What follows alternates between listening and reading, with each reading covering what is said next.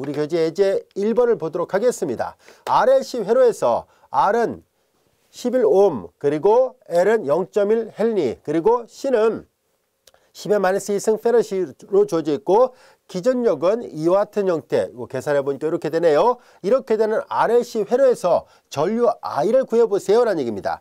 우리 앞에서 배웠던 것처럼 전류 I는 이와 같이 표시가 된다는 것을 다 배웠었으니까 요 식에다 맞춰서 하나하나 계산을 해보도록 하겠습니다. 자, 이제 우리는 전류 I를 계산하려고 해요. 먼저 제차 미방의 해를 먼저 생각을 해야 되겠죠. 그러기 위해서는 먼저 이 식의 모양부터 결정해 보도록 하겠습니다. 우리는 앞서 배웠던 것처럼 RLC 회로에서의 미분방정식의 모양은 이와 같은 형태로 되어 있습니다. 여기 있는 거 다시 한번 적어 볼까요? L I2' 플러스 R I' 플러스 C분의 1 I 이퀄 2 제로 오메가 코사인 오메가 t 이와 같이 되어 있었습니다. 자, 이제 우리는 문제에서 주어졌던 조건을 여기다 다 대입을 해보도록 할게요. 자, 이제 여기에서 L은 0.1 헨리, I2', R은 11오hm, I', 그리고 C는 10의 마이너스 2승인데 C의 마이너스 1승이잖아요. 10의 마이너스 1승이 역수니까 10의 제곱 100이에요. 그래서 I는 이퀄, 그리고 여기 기전력 함수는 여기 보다시피 이런 식으로 표시가 되어 있습니다.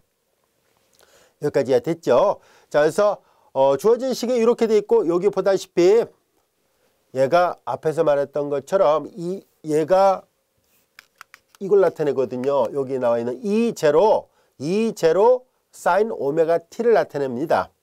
여기까지야 됐죠? 그래서 우리는 주어진 식에서 여기다 대입을 해도 됩니다.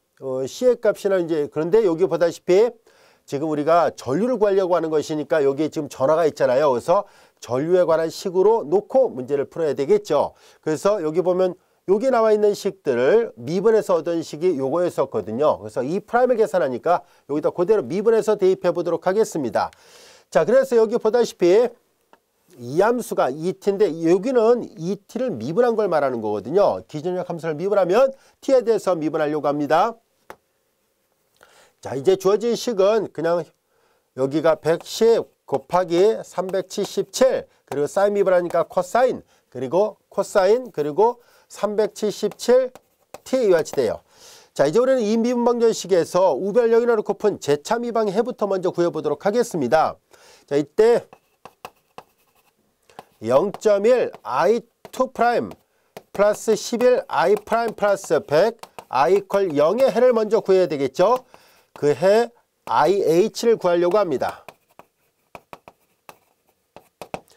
자, 우선 제차 상수계수를 갖는 제2계 제차 선형 미방입니다. 그래서 우리는 특성방정식을 생각하려고 해요. 자, 특성방정식을 구해보면 특성방정식은 0.1 람다의 제곱 플러스 11 람다 플러스 100 이퀄 제로입니다.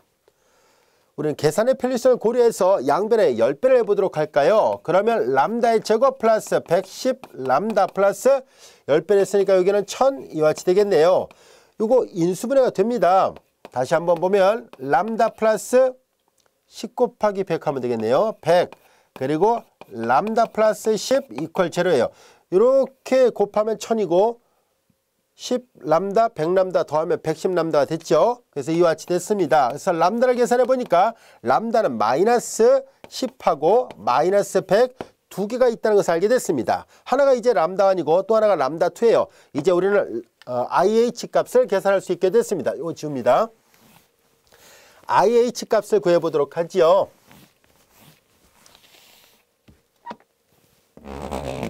자, 따라서 IH 값을 계산해 보니까 C1에 2에 그리고 람다 마이너스 10t승 그리고 플러스 C2에 2에 마이너스 100t승 이와 같이 해서 IH 값이 구해졌습니다. 여기까지도 이해됐죠? 자, 이제 우리는 특수를 구해보려고 합니다. 자, 특수는 여기에 나와 있는 이 식이에요. 근데 이걸 다 계산을 해야 되잖아요. 그래서 이 임피던스 다 이게 우리가 계산을 해야 되는데요. 앞에서 말했던 것처럼 이 임피던스 값하고 뭐 리액턴스 값 다 계산을 해야 되는데요. 자, 이 계산의 편리성을 고려해서 결과, 여기다 대입한 결과만 잠깐 써보도록 하겠습니다. 그래서 다 계산한 결과를 보니까 리액턴스 값은 37.44 이와 같이 표시가 됐어요.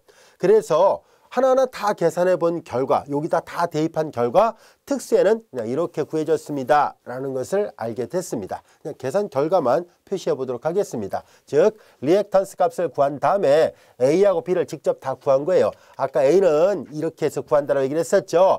여기 보다시피 리액턴스 값을 다 계산한 뒤에 여기다 하나하나 다 대입하고 계산을 해보니까 A는 이렇게, B는 이렇게 구해졌고요. 그래서 여기 나와 있는 요 식을 다 계산을 해보니까 그게 이렇게 표시가 되더라라는 거고요. 그 다음에 아까 여기 오메가에 해당되는 값이 377이었잖아요. 그래서 사인 오메가 t에서 오메가 t 값이 이렇게 됐고요.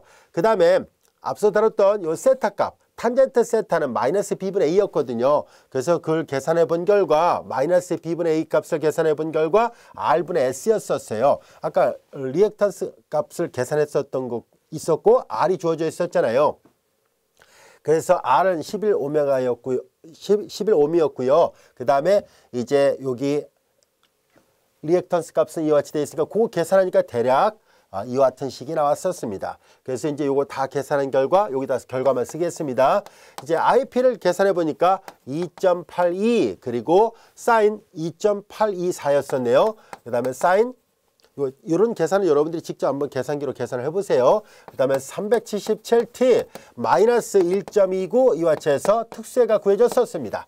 자, 그러면 전류 I를 구하라 했었으니까 I는 IH 플러스 IP의 꼴이었었죠. 그래서 IH 값 C1 2의 마이너스 10t 그리고 플러스 C2 2의 마이너스 100t 이렇게 돼 있고요. 그 다음에 플러스 2.824 그리고 사인 그리고 377t 마이너스 1.29 이와 같이 됐습니다.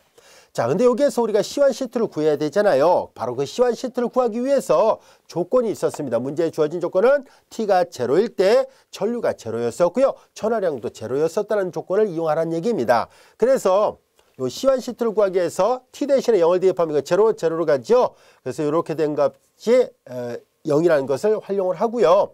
그 다음에 또 마찬가지로 그 다음에 Q0가 제로라는 조건을 활용하라는 얘기예요. 근데 Q0는 뭡니까 하면 앞에서 배웠었죠. 우리는 요 Q0는 뭘 나타내냐면요. 아까 보다시피 이거 잘 보세요. 주어진 식은 여기 있죠. 자, 이제 I는 Q'이었었습니다. I는 Q'이었었거든요. 자, 그래서 Q는 이와 같이 됐고요. 그래서 여기 보면은 Q'은 I였었어요. 그래서 이런 관계식을 이용하세요 라는 얘기예요. 여기까지 됐죠? 그래서 이런 것들을 이용하면은 Q0가 제로라는 조건을 쓸 수 있습니다. 여기까지 됐나요? 그래서 주어진 식을 뭐냐면은 여기 이런 모양이었었잖아요. 이 등호 관계가 성립하죠. 그래서 이 등호 관계를 이용해서 얘를 풀면 전류 I를 미분해서 풀면 C1과 C2의 관계식을 찾을 수 있습니다. 교재에 풀이가 자세하게 되어 있으니까 그걸 하나하나 계산해서 이 C1, C2를 구하는 것을 생략하도록 하죠. 자, 그렇게 해서 구해본 결과가 이렇게 구해집니다. 라는 것을 여러분들이 한번 직접 확인을 해보시기 바랍니다. 자, 이제 우리는 이렇게 해가지고 특수에도 구했고 그래서 C1, C2도 구해졌고 그 C1, C2를 구한 결과 여기 마이너스 0.323 여기는 3.033이었어요. 자, 이제 우리는 이렇게 해가지고 얘네들이 구해졌습니다라는 것을 알게 됐고요. 우리는 이것을 직접 그림으로 한번 이 그래프를 그려보려고 하는데요. 컴퓨터 그래프로 그려본 결과 다음 같은 모양으로 나타난다는 것을 알 수 있습니다. 자, 여기에 나와 있는 화면에 나와 있는 이 식은 우리 교재에 나와 있는 그 그래프를 나타내고 있고요. 자, 여기에서 이 점선 부분과 실선 부분이 의미하는 바는 무엇일까 하는 얘기인데요. 자, 여기 나와 있는 그 실선 형태로 표시된 것은 바로 여기 특수의 모양을 그린 거예요. 그리고 저 점선 부분은 뭘 그린 겁니까 하면은 바로 일반회를 그린 거예요. 근데 시간이 계속 증가할 때마다 요 일반회는 이 점선으로 표시됐던 일반회는 보다시피 특수의 그래프에 자꾸 가까워지고 있다는 것을 알 수 있습니다. 즉 우리 앞에서 용수철 진동 문제에서도 살펴봤던 것처럼 우리가 이 일반회는 일시적인 해 또는 과도해라고 얘기를 했었죠. 그리고 특수해는 정상 상태 해라고 얘기를 했었습니다. 즉 시간이 일정하게 흘렀을 때 이 전기 회로에서는 입력 함수의 형태로 그대로 그래프가 주파수는 입력 함수의 주파수 형태를 띄고 있어요. 그리고 전체적으로 볼 때 특수의 모양에 자꾸 수렴하고 있다는 것을 알게 됐고요. 그래서 이 특수해를 우리가 이제 이 공학 수학 시간에 다루지는 이런 용수철 진동 문제라든가 전기 회로에서 나타나는 특수해를 정상 상태의 해라고 표현하게 됩니다. 그래서 특수해에 자꾸 관심을 갖는 이유는 바로 그 때문이라 볼 수 있습니다. 여기까지 되셨죠? 선생님이 여기 세세하게 계산한 것은 생략했습니다만 여러분들이 충분히 교재 풀을 보면서 직접 계산을 해보고 계산기를 한번 눌러보고 하다 보면 자연스럽게 그 결과를 얻을 수 있을 겁니다. 자, 이제 우리는 예제 1번 이해됐죠? 자, 그러면 이제 우리는 앞에서 배웠던 2장 8절에서 배웠던 강제 진동 문제와 지금 2장 9절에서 배웠던 이 전기 회로 문제를 잘 들여다보니까 비슷한 성질이 있긴 있네요. 그렇죠? 왜냐하면 앞에서도 조금 전에도 강조했던 것처럼 우리가 일시적인 해가 극한을 취해보니까 t가 무한대로 갈 때 정상 상태 해, 즉 특수해에 가까워지고 있다는 것을 살펴봤었는데요. 매우 닮았고 유사하다는 것을 알게 됐습니다. 자, 그래서 우리는 이 둘 사이의 관계를 한번 직접 비교를 해보도록 하겠습니다. 전기적 양과 기기적 양의 서로 유사성에 대해서 한번 알아보려고 하는데요. 자, 여기 보다시피 이렇게 주어진 식은 이제 요 위에 있는 식은 방금 전에 우리가 살펴봤던 전기 회로에 관련된 RLC 회로에 대한 식을 미분방정 형태로 표시한 것이고요. 요 밑에 있는 식은 2장 8절에서 배웠던 이렇게 강제력을 갖고 있는 용수철 진동 문제였었습니다. 그래서 식도 비슷하지요. 마치 I는 Y랑 그 용수철의 변이랑 관련이 있고 전류가, 그리고 여기 추의 질량은 이렇게 인덕턴스하고 관련이 있다는 것을 알게 됐습니다. 그리고 여기 C는 원래 용수철 진동에서 감쇄 상수인데요. 유사성이 있어요. R도 저항이기 때문에 당연히 바로 감쇄하게 되는 것을 나타내고 있죠. 그래서 결과적으로 매우 닮아 있구나라는 것을 알게 됐습니다. 여기도 사인파형 형태의 그래프가 있다는 것도 알게 됐고요. 자, 그래서 매우 유사한 성질을 가지고 있었구나라는 것을 알게 됐습니다. 자, 이제 우리는 이렇게 전기적 양과 기기적 양의 상사성에 대해서 살펴봤었고요. 그래서 앞에서 설명한 것처럼 유사성이 있다는 것을 알게 됐습니다. 그래서 그들을 도표를 통해서 직접 살펴보니까 이와 같은 모양이 나온다는 것을 알게 됐습니다. 여기 좀 지워도 되겠죠? 자, 이와 같은 유사성이 생겼습니다 라는 얘기예요. 자, 어떤 것인지 한번 도표를 펴서 살펴볼까요? 왼쪽은 전기 시스템이고요. 오른쪽은 기계 시스템을 나타내고 있습니다. 유사성이 있다는 것을 알게 됐어요. 인덕턴스하고 질량이 유사하다는 것을 알게 됐어요. 그리고 마찬가지로 저항과 감쇄 상수가 유사성이 있다는 것을 알게 됐습니다. 자, 그리고 충전 용량의 역수와 그리고 용수철 개수가 서로 간에 관련이 있었다는 것을 알게 됐습니다. 축전 용량의 역수예요. 그리고 기전력의 도함수하고 구동력이 매우 닮아 있다는 것을 알게 됐습니다.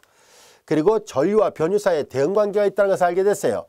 자, 이런 유사성 때문에 우리는 전기적 시스템과 기계적 시스템 사이를 서로 간에 밀접한 관련이 있다 보니까 이런 문제들을 다룰 때, 예를 들어서 큰 건축물을 설계하려고 할 때요, 그 건물을 다 설계하고 나서 보니까 흔들리더라. 이때 이 진동 문제를 어떻게 감쇄시킬 것인가, 이런 문제를 우리가 생각을 해야 되잖아요. 앞서도 얘기했던 것처럼 공진이 발생하면 안 되지 않습니까? 그래서 그런 문제를 어떻게 해결할 것인가 하고 봤더니 직접 건축물을 다 설계한 다음에 공진이 있네? 이럴 수는 없잖아요. 그렇죠? 그래서 이렇게 설계를 하기 전에 우리는 이 유사성 때문에 아주 간단한 전기회로를 하나 만들려고 합니다. RLC 전기회로를 만들어서 여기서 나타나는 전류의 변화가 어떻게 생겼는지를 알아보고 앞서 예문에서 보는 것처럼 이렇게 그래프를 다 그려보면서 어떤 현상이 나타나는지를 미리 관측을 해봅니다. 그런 다음에 이 전기 시스템에서 작용했던 많은 결과들을 그대로 이 유사성 때문에 기기적 시스템에다가 적용하고자 하는 것입니다. 그래서 우리가 많은 응용 문제를 다룰 때 이와 같은 전기 회로에 많은 관심을 갖는 이유는 바로 이 때문이에요. 기기적 시스템, 교량을 건설하거나 큰 건축물을 설계하려고 할 때 우리가 직접 건축물을 설계하지 않고도 간단한 전기 회로를 직접 우리가 실험실에서 실험을 해봄으로 해서 미연에 이런 공진 현상 같은 거를 방지할 수 있게 됩니다. 그래서 그런 의미 때문에 이 전기 회로는 비록 전기공학이나 전자공학에서만 사용하는 것이 아니라 많은 공학과 관련된 문제들이 있죠. 진동을 다루는 많은 문제에서도 역시 이 전기회로를 필요로 하고 또 다룰 수밖에 없게 됩니다. 자, 이 절에서 우리가 학습하고자 했던 중요한 이유는 전기회로가 단지 말 그대로 전기공학자들이나 전자공학 또는 컴퓨터 회로를 설계하는 이런 사람들한테만 필요한 그런 이론이 아니라 이제 진동을 다루게 되는 모든 분야에서 골고루 다 필요한 이론이라는 것을 알게 됐습니다. 이 공업성을 배우는 이유는 바로 이런 데 있습니다.